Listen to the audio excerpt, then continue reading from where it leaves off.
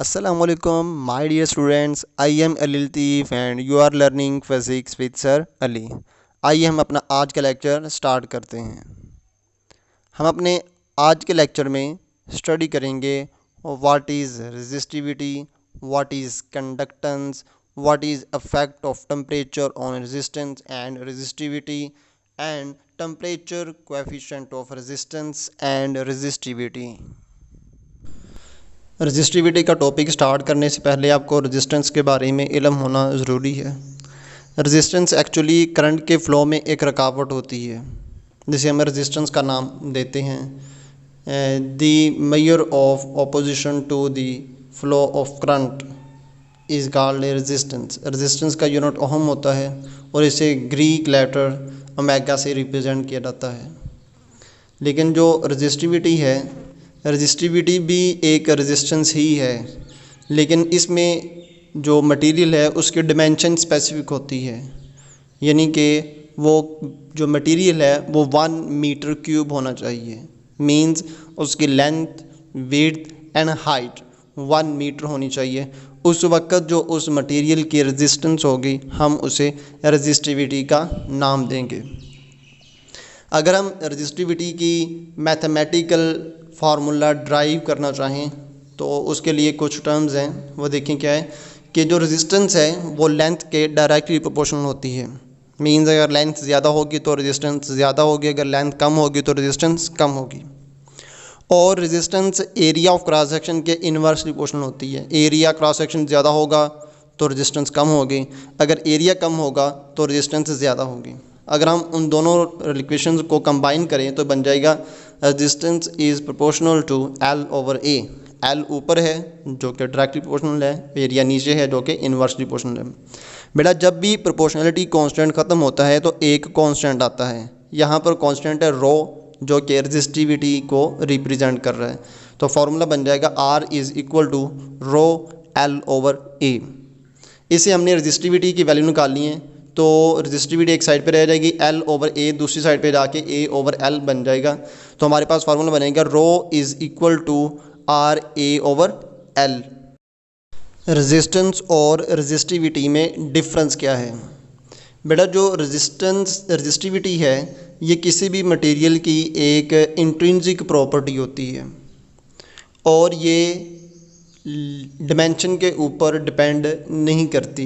Dimension mean अगर हम किसी वायर की लेंथ बढ़ा दें या लेंथ कम कर दें तो उसकी रेजिस्टिविटी चेंज नहीं होगी।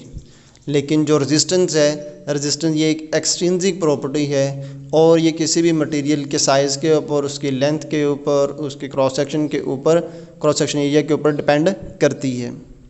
रेजिस्टिविटी का यूनिट ओहम मीटर है, लेकिन जो रेजिस्टेंस है इसका यूनिट ओहम है। इसके लिए समझने के लिए आप एक कंसीडर कर लें कि हमारे पास एक कॉपर की वायर है। कॉपर की जो रेजिस्टिविटी है वो 1.68 क्रॉस 10⁻⁻8 है। ये चेंज नहीं हो सकती, चाहे कॉपर की वायर की लेंथ ज़्यादा हो जाए चाहे कॉपर की वायर की लेंथ कम हो जाए, रेजिस्टिविटी चेंज नहीं होगी। लेकिन जो इसकी रेजिस्टेंस है वो चेंज होगी। कैसे? अगर हम कॉपर की वायर की लेंथ बढ़ा दें तो रेजिस्टेंस ज़्यादा हो जाएगी, अगर हम उसकी लेंथ कम कर दें तो उसकी रेजिस्टेंस कम हो जाएगी। रेजिस्टिविटी की एक सेकंड डेफिनेशन भी है कि अगर लेंथ 1 मीटर हो जाए, cross section area 1 metre square हो जाए, तब जो formula R is equal to rho L over A है वो चेंज हो जाएगा rho is equal to R में। वो क्यों? क्योंकि लेंथ की वैल्यू 1, एरिया की वैल्यू 1 ओवर 1, और जब 1 रो से मल्टीप्लाई होगा तो वो रो ही रहेगा। ये बन जाएगा R is equal to rho. इसी फार्मूला से हम इसकी डेफिनेशन लिख सकते हैं, the resistance of wire whose length is 1 metre and whose area of cross section is 1 metre square is called resistivity. Resistivity का यूनिट क्या है हम पीछे पढ़ के भी आए हैं, इसका यूनिट है ओहम मीटर।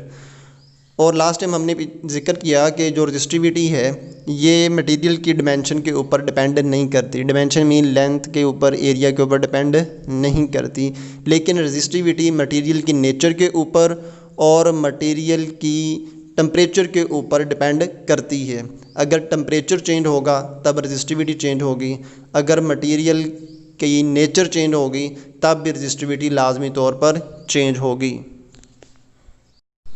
अब हम डिस्कस करेंगे व्हाट इज़ कंडक्टेंस। बेटा जिस तरह रेजिस्टेंस करंट के गुजरने में एक रुकावट होती है, करंट के गुजरने में जो रुकावट है हम उसे रेजिस्टेंस कहते हैं, इसी तरह करंट के गुजरने में जो आसानी होती है उसे हम कंडक्टेंस कहते हैं। Mean conductance is the expression of ease with which the current flows through a substance. इसका फॉर्मूला होगा G is equal to sigma A/L। और बेटा कंडक्टेंस रेजिस्टेंस का उल्ट होता है, कंडक्टेंस का रेसिप्रोकल होता है। इसका फॉर्मूला बनेगा G is equal to 1/R। ये दोनों कंडक्टेंस के फार्मूला हैं। सिग्मा A/L कंडक्टेंस का ही फार्मूला है और दूसरा दो रेसिप्रोकल की फॉर्म में अगर देखें तो ये बन जाएगा 1/R। बेटा कंडक्टेंस का SI यूनिट 1/ओहम है, जिसे हम ओहम पावर -1 भी कह सकते हैं। हम इसे मोहो भी पढ़ सकते हैं या ओहम पावर -1 कह लें। और इसका जो SI यूनिट है वो सीमन है। इसका SI यूनिट क्या है? सीमन, जिसको S से लिखा जाता है। What is conductivity? बेटा जिस तरह रेजिस्टेंस का उल्ट रेसिप्रोकल कंडक्टेंस होता है, इसी तरह रेजिस्टिविटी का रेसिप्रोकल, रेजिस्टिविटी का जो उल्ट है वो कंडक्टिविटी होता है। The reciprocal of resistivity is called conductivity. और इसका फॉर्मूला होगा सिग्मा इज़ इक्वल टू 1/ρ। इसका SI यूनिट क्या है? ओहम मीटर पर -1, या हम इसे मोहो मीटर -1 भी पढ़ सकते हैं। और इसे हम ओहम -1 या मीटर पर -1 भी पढ़ सकते हैं। Affect of temperature on resistance and resistivity. बड़ा लास्ट टाइम भी हमने डिस्कस किया था कि जब भी किसी मटेरियल को गर्म किया जाता है, उसे हीटअप किया जाता है, तो हीटअप करने की वजह से जो इलेक्ट्रॉन्स होते हैं मेटल की, उनकी काइनेटिक एनर्जी इंक्रीज़ होती हैं। काइनेटिक एनर्जी इंक्रीज़ होने की वजह से जो मेटल के इलेक्ट्रॉन्स हैं वो हाई एम्पलीट्यूड के साथ मूव करना स्टार्ट करते हैं, वाइब्रेट करना स्टार्ट करते हैं। एम्पलीट्यूड और वाइब्रेशन ज़्यादा होने से उनके जो कलेयन के जो चांसेस हैं वो इंक्रीज़ हो जाते हैं। कलेयन के चांसेस इंक्रीज़ होने की वजह से उनकी जो रेजिस्टेंस है वो इंक्रीज़ हो जाती है। मीन्स जब इलेक्ट्रॉन्स ड्यूरिंग मूवमेंट के दौरान जब एक दूसरे से टकराते हैं तो करंट की वैल्यू कम हो जाती है और रेजिस्टेंस ज़्यादा हो जाती है। What is temperature coefficient of resistance? बेटा जब भी हम किसी मटेरियल की फ्रैक्शनल चेंज इन रेजिस्टेंस लेते हैं पर केल्विन, तो उसे बोलते हैं टेम्परेचर कोएफिशिएंट ऑफ रेजिस्टेंस। इसकी डेफिनेशन क्या होगी? The fractional change in resistance of a substance per kelvin is called temperature coefficient of resistance. इसका मैथमेटिकली अगर हम फार्मूला लिखें तो इसका फार्मूला बनता है alpha is equal to RT minus R0/R0T।